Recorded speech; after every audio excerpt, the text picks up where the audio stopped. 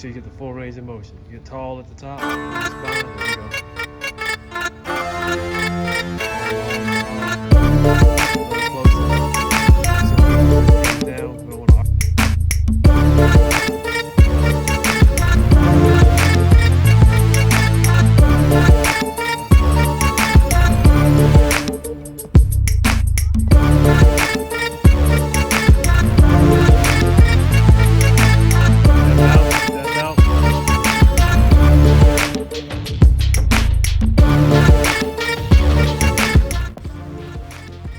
What's good, fam? Coach Ronnie coming back at you. And you saw the exercises earlier in the video. I'm going to address those shoulder exercises and the why behind those shoulder exercises. I'm going to address why you're not as fast as you want to be. Let's dive in.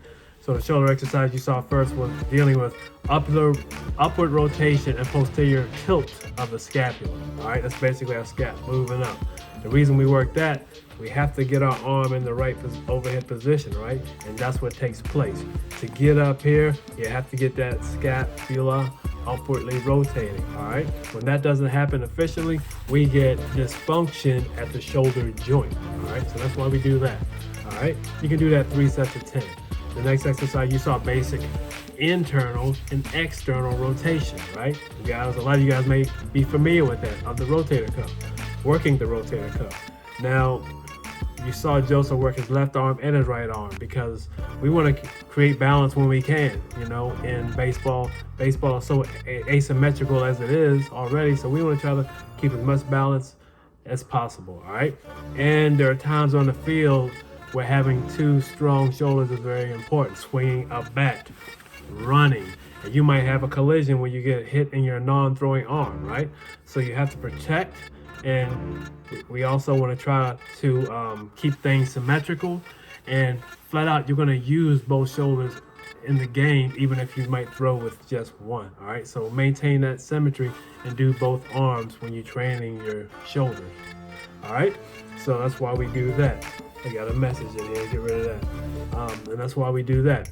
Lastly, you saw Joseph laying on you couldn't see it, but he's laying on a crossball on his pec minor muscle. There's a picture of your pec minor right there. He's laying on that because when that gets tight, it can pull your shoulder joint forward, and again, we get dysfunction at the joint. You can do the first exercises for 3 sets of 10, right? And then the last one, hold on that pectoralis major, or that pec minor. Hold the lacrosse ball on the pec minor for approximately 30 seconds, all right? So that's the why behind those exercises. Now I want to speak on that a little bit more. You guys need to start learning your why you do your exercises. When I go to these tournaments, I see you guys breaking out the Jaegers, hooking them up to the fence and going through, and I stress going through 100 miles an hour, going through your shoulder exercises, not thinking about what muscles are being exercised at that time. You know, I want you guys to understand your why and increase your awareness. That's the reward or benefit of understanding your why. You're going to increase your awareness. So all of a sudden, you're going to be paying attention to, am I working this rotator muscle properly, right? When I'm doing my exercises. You're going to begin paying attention to the range of motion, all right? These are the things that you need to be aware of when you're performing these exercises. So understand your why, understand why you're doing these exercises. A common problem is, a perfect example, you have your Jaegers, like I said, hooked up to the fence. You might be doing your scarecrow scaps right here. I see you guys using your low back, right? Cranking on your low back. We're not even using our rotators at that point. We're using our low back, our rib cage, everything but our rotators, all right? So keep that in mind. Because we need congruency at this shoulder joint. Your humeral head is sitting on a little labrum, the glenoid fossa and the labrum kind of working together, but together they look like a little golf tee. So there's not much room for error there. So ideally, we have to keep that relationship there. And we have dysfunction or imbalance taking place when our scapula can't upwardly rotate, or our rotators are imbalanced, you know, because they can't move through the full range of motion. Any of that can cause dysfunction here and compromise that congruency or that relationship between the humeral head and the shoulder joint.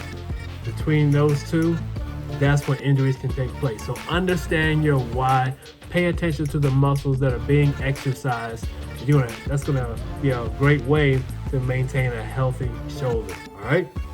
Now, why aren't you fast as you want to be? You're not putting enough force into the ground. It's not a magical A skip. It's not a magical sled push. It's not some magical exercise, that you can do, some drill that you can do. No.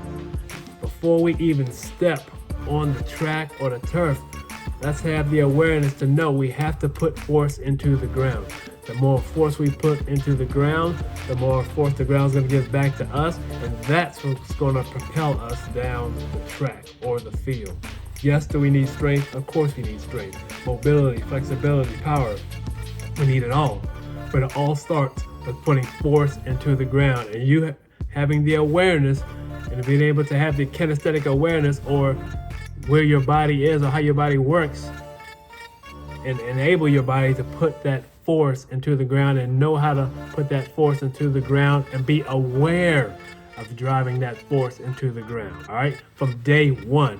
All those drills you saw, perfect drills to get you started on putting force into the ground.